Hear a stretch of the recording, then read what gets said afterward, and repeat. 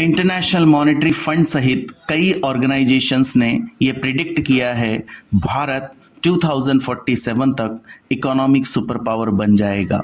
लेकिन कैसे? वह कौन सा रास्ता है जो भारत को अपनी मंजिल तक ले जा सकता है? नमस्कार दोस्तों, मेरा नाम है राकेश गवालरे और आज इसी प्रश्न का उत्तर जानने का प्रयत्न करते हैं। एक वक्त था जब भारत संपन्न था, तब यूरोप तथा पश्चिमी देश गरीब थे। इसका सबसे बड़ा सबूत है ब्रिटिश, फ्रांसीसी, पोर्चुगीज तथा अन्य यूरोपियन देशों का भारत की ओर भागना तथा भारत पर हमले करना। संभवतः पश्चिमी देश इसी दौलत से संपन्न हुए।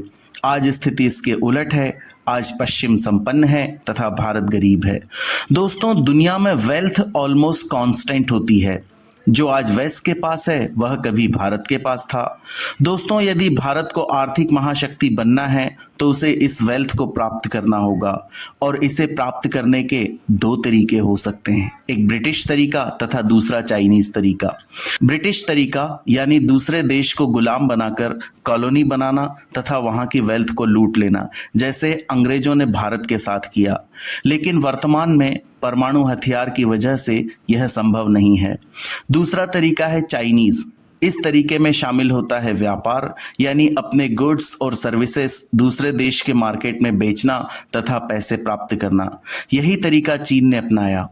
1970 में चीन की इकोनॉमी अमेरिका के आसपास भी नहीं फटकती थी। उस समय अमेरिका की जीडीपी लगभग 1073 बिलियन यूएस डॉलर की थी। चीन की जीडीपी महज 92 बिलियन यूएस डॉलर थी।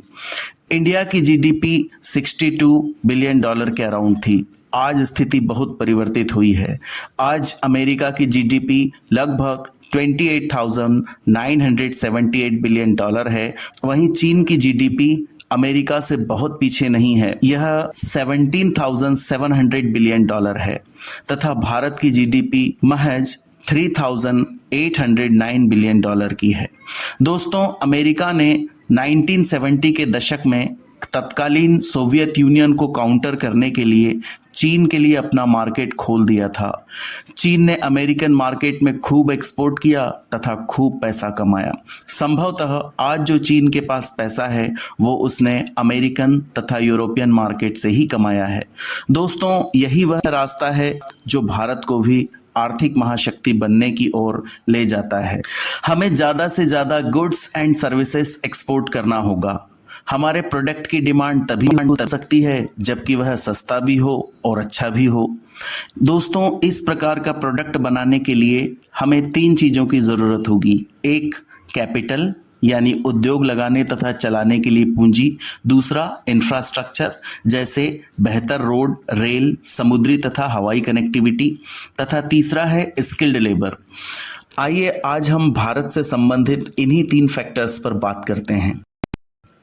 सबसे पहले हम कैपिटल के बारे में बात करते हैं। भारत में कैपिटल सामान्यतः तीन तरीके से आ सकता है, जिसमें पहला तरीका है विदेशी धन भारत में आए तथा भारतीय कंपनियों में इन्वेस्ट हो, जिसे एफडीआई यानी फॉरेन डायरेक्ट इन्वेस्टमेंट भी कहा जाता है।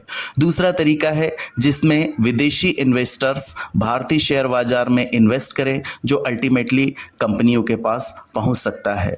तीसरा तरीका है जिसमें भारतीय लोग विदेशों में काम करें तथा रेमिटेंस के रूप में विदेशी मुद्रा भारत भेजें।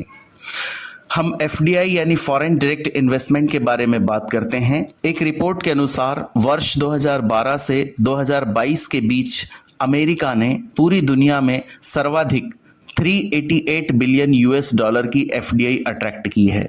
वहीं चीन 180 बिलियन यूएस डॉलर के साथ दूसरे पायदान पर है, मगर भारत महज 50 बिलियन यूएस डॉलर के साथ 10वें पायदान पर है।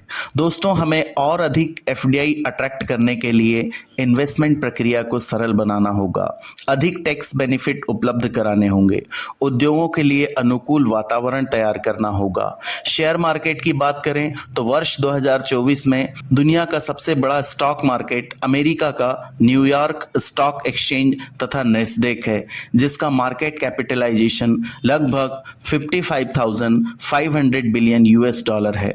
दूसरे नंबर पर चीन का शंघाई स्टॉक एक्सचेंज है, जिसका मार्केट कैपिटल लगभग 9,170 बिलियन यूएस डॉलर है।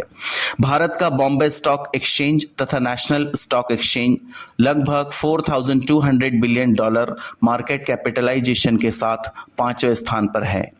भारत को अपने शेयर बाजार में और अधिक इन्वेस्टमेंट अट्रैक्ट करने के लिए कुछ कदम उठाने चाहिए, जैसे securities and exchange board of India यानी सेबी को रेगुलेटरी ट्रांसपेरेंसी बढ़ानी चाहिए, इन्वेस्टमेंट प्रोसेस को सिंप्लीफाई करना चाहिए, भारत को कॉरपोरेट टैक्स कम करना चाहिए, मार्केट इंफ्रास्ट्रक्चर को बढ़ाना चाहिए।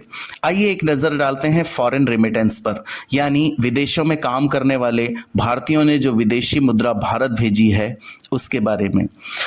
दोस्तों, यह एक ऐसा बिंदु है जिसमें भारत दुनिया के बाकी देशों से बहुत आगे है। इसे देखकर जरूर हमें खुशी होनी चाहिए।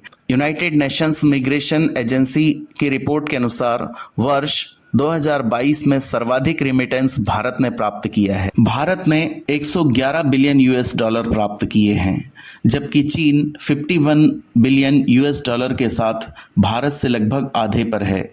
दोस्तों, मुझे यह कहने दीजिए कि इस सफलता के लिए कोई सरकार जिम्मेदार नहीं है, बल्कि इसका क्रेडिट भारतीय लोगों को जाता है। सामान्यतः भारतीय जब विदेशों में काम करने जाते हैं तो पूरी ईमानदारी तथा निष्ठा से प्रदर्शन करते हैं। यही कारण है कि खाड़ी देशों से लगाकर इजराइल तक भारतीय वर्कर्स की काफ़ी डिमांड है।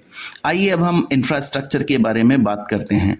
दोस्तों, अमेरिका के बारे में एक बहुत ही फेमस कोट है, American roads are not good because America is rich, but America is rich because American roads are good. यानी अमेरिकी सड़कें इसलिए अच्छी नहीं हैं कि अमेरिका अमीर है, बल्कि अमेरिका इसलिए अमीर है क्योंकि वहाँ की सड़कें अच्छी हैं। दोस्तों, मेरा मानना है कि यह कोट इंफ्रास्ट्रक्चर पर भी लागू होता है। American infrastructure is not good because America is rich, but America is rich because American infrastructure is good. Bharat ने लगातार अपने इंफ्रास्ट्रक्चर पर काम किया है। रोड्स की क्वालिटी तथा डेंसिटी लगातार बेहतर हुई है। कम्युनिकेशन की बात करें तो भारत की इंटरनेट तथा कॉलिंग सुविधाएं दुनिया में सबसे सस्ती मानी जाती हैं। Railways, bridges, tunnels, water supply, sewers, electrical grids जैसी सुविधाओं में लगातार सुधार हुआ है। दोस्तों, इंफ्रास्ट्रक्चर एक ऐसा क्षेत्र है जिस पर लगातार काम किया जाता है। आइए अब हम बहुत ही इंपॉर्टेंट क्षेत्र स्किल्ड लेबर के बारे में बात करते हैं। दोस्तों, वर्तमान समय में दुनिया के ज्यादातर डेवलप्ड नेशंस की पॉपुलेशंस बूढ़ी होती जा रही है। ऐसे में America, Canada, Australia, gulf countries तथा अन्य यूरोपियन देशों में वर्कर्स की काफी डिमांड है। इस डिमांड को यंग इंडिया काफी आसानी से भर सकता है, क्योंकि भारत इस समय डेमोग्राफिक डिविडेंड की स्थिति में है। भारत की लगभग 75% पॉपुलेशन 40 वर्ष से कम उम्र की है। दोस्तों, हमें इस यंग पॉपुलेशन का सही उपयोग करने के लिए इसे स्किल्ड बनाना होगा।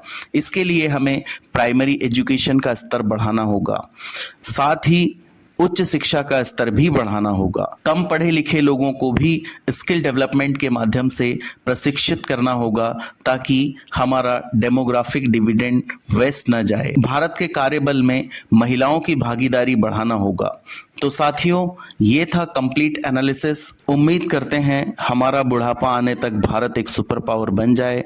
इसी के साथ इस वीडियो का अंत करते हैं। सुपरफिशियल ज्ञान देखते रहिए, मेरे चैनल को सब्सक्राइब करिए, अपना ध्यान रखिए। जय हिंद, जय भारत।